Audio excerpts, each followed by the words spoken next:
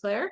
She said, I'm wondering if you need to soak chia seeds before using them in smoothies, as I've heard it release the nutritional value and helps to aid in digestion. What are your thoughts, please?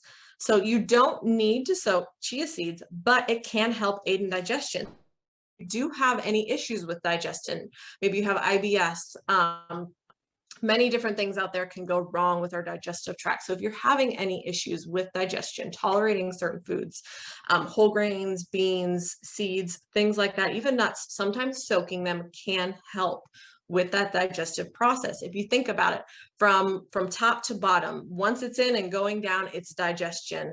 It's all different forms of digestion, from the chewing, from the peristalsis to get it down to the acid in the stomach, and it goes the whole way through, and it's actually our small intestine, so almost the very end where things are being absorbed.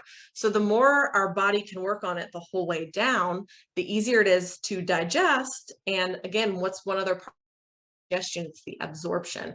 So if it's soaked a little bit better, think about a cracker in your mouth. Think about a dry white saltine cracker. If you put it in your mouth and just try to swallow it, it's a little hard to swallow, right? It's a little hard to get that digestion moving, to get it down. But if you have a little bit of saliva in your mouth, maybe you suck on it, chew on it a little bit, much easier, a lot less hazardous to swallow at that point, right?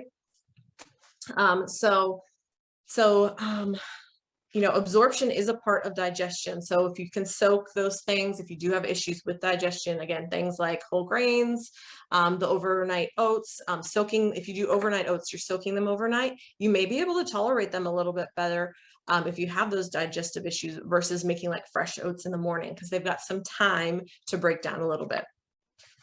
So great question, Claire.